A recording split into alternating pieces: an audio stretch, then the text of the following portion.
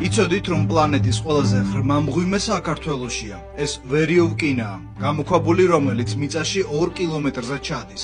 ის იმდენად უზარმაზარია, რომ მის ფსკერამდე ჩაღწევას და შესწავლას 50 წელი და 30 ექსპედიცია დასჭირდა. მღვიმე დედამიწის გულში ზუსტად 2223 მეტრზეა ჩასული. ანუ მასში ერთდროულად ჩაეტევა მსოფლიოს ყველაზე მაღალი შენობა ბურჯ ხალიფა, თავისუფლების განდაკება, პიზის კოშკი, ეიფელის კოშკი და თბილისის ანძა.